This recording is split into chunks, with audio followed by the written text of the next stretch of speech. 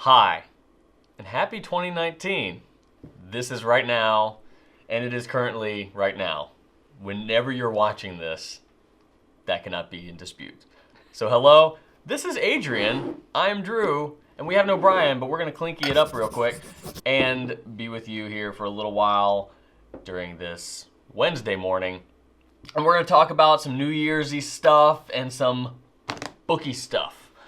Adrianne here is this a New Year's resolution for you, or is it just It kinda is. Did it happen to kind of coincide? Last year, my New Year's resolution was to write a letter once a month. And I loved doing it, but I realized that my handwriting is not as good as I would like it to be. And I can understand that. especially when you're using fountain pens, it kind of, you want it to look really nice and really pretty. So There are a lot of people that think that either A, my handwriting is not good enough for fountain pens. Like when I tell people like, oh, I sell fountain pens, they're like, oh, my handwriting's too terrible for those. Yeah. Either that, or they think that when they buy a fountain pen, their handwriting's all of a sudden going to get better. Now, I will say that my handwriting definitely does look better with certain types of pens. Yeah.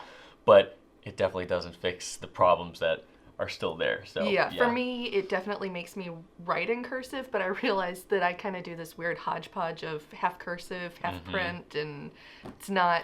Yeah, I've totally given up on some letters, so it's just it's just bad. So that leads us to this book. We don't currently have this in stock right now, but it'll be back.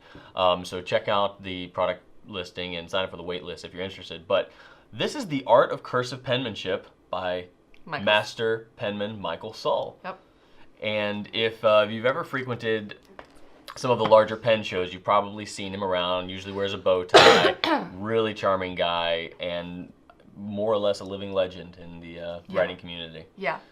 It was really cool. I've only gotten, it's day 2, so I've only done a little bit with it. But it was really cool to kind of read the introduction and read his approach to it, because it just, those little things that I vaguely remember when I was in 2nd, 3rd grade and learning cursive, but it's like, it's not your whole arm. It's just your hand or your wrist. Really? They say not to use your whole arm? Not like your elbow and your shoulder. I thought you were and supposed to everything. do that. There is a school of thought that says yes. Ah. And that is the Spencerian, I believe. Ah, okay. Because I'm always trying to do that, and I can't do it. Yeah. But my wrist gets tired, so I'm like, I try to do this robot thing. And he even talks about how to weird. have the paper, and how you should have the paper and be moving. Does it say it's supposed to be tilted?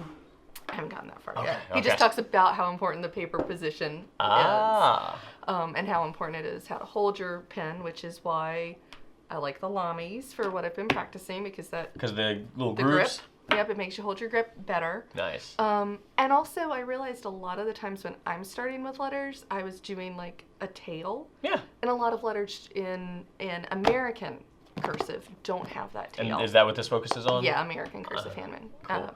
Yeah, I find myself penmanship. wanting to do the tail. Yeah, the A was really hard for me because I've always done the loop to the A, but really you should start at the top of the A and come down instead of the bottom and go. Yeah, it was mind-blowing. Oh my. So this is a pretty cool book because obviously it's made by one of the few people in the world that can claim to be an expert on this topic. Yeah. And it's shockingly fountain pen friendly as well, right? It is. What have you written with it in? I've been using Noodler's Squeatique. Uh-huh. Because I like that color. That's a fun color. Yeah, I love it. It's a good green. And it hasn't bled through. I mean, I've only done a couple of them. You using a fine nib or extra fine there? It's my extra fine. Wow, that's a lot more blue than I remember it being. Yeah. So you can see my beautiful practice. I like how it's got, it tells you what you're supposed to do, some baseline, and then some practices there, which is pretty cool.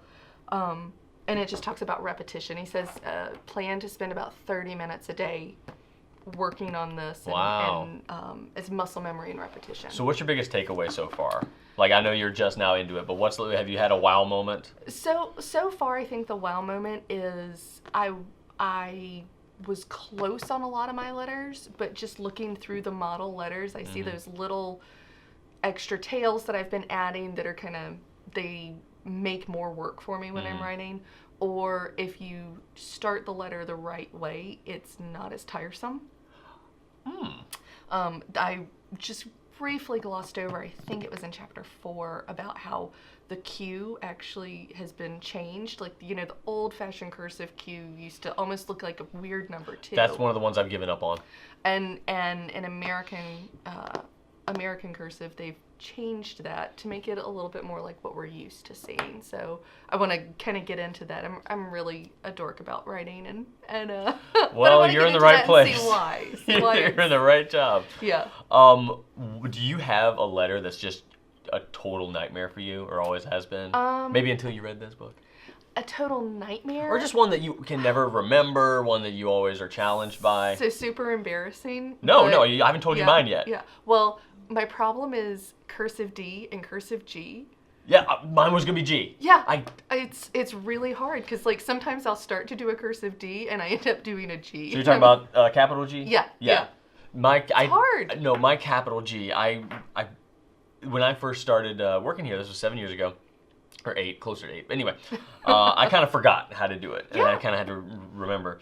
And that G, for whatever reason, that did not pop back into my head, and it just hasn't since. And I look up, okay, there it is, and I'll do it for a little while, and then it'll go again. Yeah. There's something about that letter. Yeah. Do you? Let us know in the comments if you have a letter that is just the bane of your existence, that you always seem to forget or not do the way you want to do it. Now, what's your favorite letter? H's and A's. Because when you find the way to make one seamless, like the A just going up, down, and then whoop, over, that's fun to do. And when you do the H that kind of is just all one swoop, that's just fun. Yeah. So I like that. But anything that has a fun tail on it, you know. Yeah. But I've been really enjoying A's recently. Okay. Yeah. Okay. Cool. So moving on from the art of cursive penmanship, because that one isn't in stock right now. I didn't want to just talk about that. We have a couple of books that absolutely are here right now. And these arrived at our store a little bit more recently than this. Also being written by somewhat of a master/living legend of the pen community. This one, and these two actually, are written by Andreas Andy Lambrow. And we've got Fountain Pens of Japan here, and then Fountain Pens of the World held over there by Adrianne. Nope, more towards the camera. Oh. Yeah, get this nice, glare.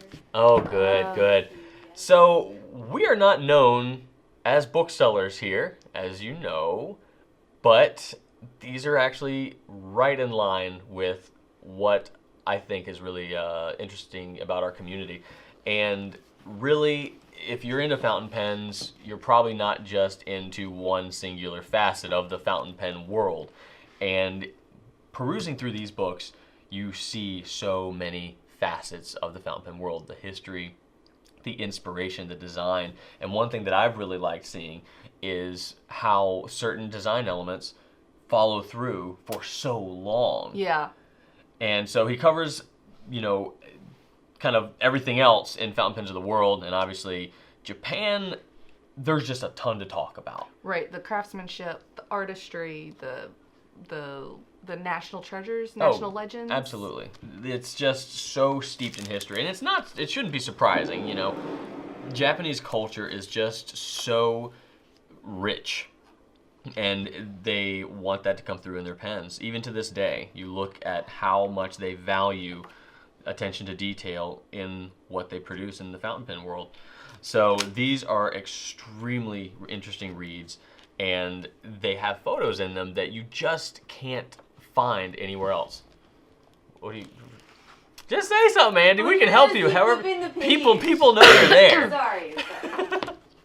So no, I love it because these high quality photos of such old pens, even on the internet, you can't just Google a lot of these things. So. All right, can you just hold it up and face the camera? Page 336 is very cool. Oh, which one? There we go. 336 had a cool sailor on it. So one thing that I was thinking about with this in particular is... Oh, we have one of these? Yeah, except it's... Wait, no, hold on. This is Nikaya. Oh, never mind. No, this is Nikaya. So we have a platinum Karakusa that looks a lot like this. It's that blue... With the engraving and the silver. How about that? That's very cool. This one is gorgeous. Look at that. Another Nikaya. Beautiful. Don't even... We're learning. So just take this home, memorize it, and you'll be a genius. Yeah, pretty much. So check these out. There's, Sorry. you could talk. Vintage ads. You could talk So cool. hours about these, but they're all on the website.